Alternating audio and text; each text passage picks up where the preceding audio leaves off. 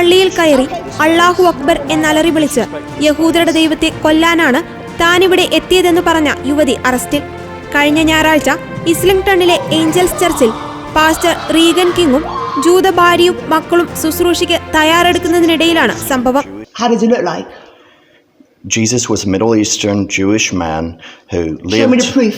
Where's your proof? The proof is in the Bible. It's in history. Josephus. I'm here for you to teach me about the religion. I'm telling you.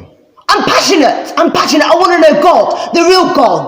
Yeah. The one and only true God. And yet you stood there. Wait. And you disrespected the space. No. You disrespected the space. It's God's house. Oh, praise God!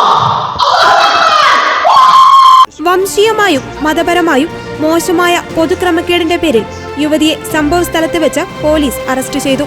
സംഭവത്തിൽ തന്റെ കുടുംബം നടുങ്ങിപ്പോയെന്നും തന്റെ ഭാര്യയ്ക്ക് മാനസിക ആഘാതമുണ്ടായെന്നും ഇപ്പോൾ പുറത്തിറങ്ങുവാൻ ഭയപ്പെടുന്നുണ്ടെന്നും pastor king പറഞ്ഞു. ഇസ്രായേലിനെതിരായ ഹമാസിന്റെ ഭീകരാക്രമണത്തിന് ശേഷം തന്റെ കുടുംബം ഒന്നിലധികം യഹൂദ വിരുദ്ധതയും ക്രിസ്ത്യൻ വിരുദ്ധ സംഭവങ്ങളും അനുഭവിച്ചിട്ടുണ്ടെന്ന് അദ്ദേഹം പറഞ്ഞു. സമയബന്ധിതമായി സംഭവത്തിൽ നടപടിയെടുത്ത ഇസ്ലിംഗ്ടൺ മെട്രോപൊളിറ്റൻ പോലീസിലെ അംഗങ്ങൾക്ക് നന്ദി അറിയിക്കുന്നതായി പാസ്റ്റർ കിങ് കൂട്ടിച്ചേർത്തു. കസ്റ്റഡിയിലെടുത്ത യുവതിയെ പിന്നീട് ജാമ്യത്തിൽ വിട്ടയച്ചു.